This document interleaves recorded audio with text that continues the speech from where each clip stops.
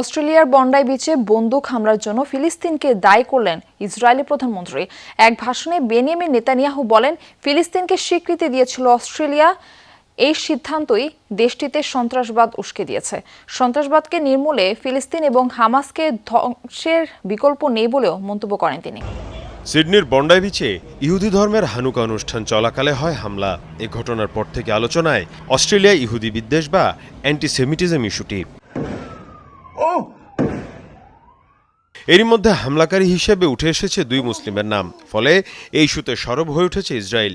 এমনকি হামলার জন্য সরাসরি ফিলিস্তিনকেও দায়ী করছেন ইসরায়েলি প্রধানমন্ত্রী।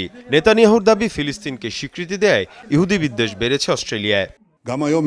3 মাস আগে আমি অস্ট্রেলিয়ার প্রধানমন্ত্রীকে একটি চিঠি লিখেছিলাম। সেখানে বলেছিলাম, অস্ট্রেলিয়া সরকার যে নীতিতে চলছে তা ইহুদি বিদ্বেষ উস্কে দিচ্ছে। আপনি ফিলিস্তিনকে স্বীকৃতি দিচ্ছেন, এর অর্থই হলো আপনি হামাসকে সহায়তা করছেন। এ সময় ফিলিস্তিন এবং হামাসকে সন্ত্রাসবাদের কেন্দ্র হিসেবে আখ্যা দেন ইসরায়েলি প্রধানমন্ত্রী। বলেন, সমূলে এর উৎপাটন না করা হলে সন্ত্রাসবাদ বন্ধ হবে না। ইহুদি বিদ্বেষ একটি ক্যান্সারের মতো। এই ইস্যুতে বিশ্ব নেতারা যখন নীরব থাকেন তখন তা ছড়িয়ে পড়ে। এটি ধ্বংস করতে হলে আপনাকে সন্ত্রাসবাদের কেন্দ্রে আঘাত করতে হবে।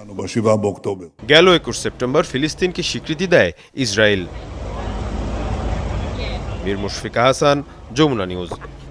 মা, পিম্পল 5 দিনেই চলে যাবে। যাবে না মা। যাক, নিমের 5 অংশের পাওয়ারে 5 দিনেই দূর হবে পিম্পল। হিমালয়া পিউরিফাইং নিম ফেস ওয়াশ।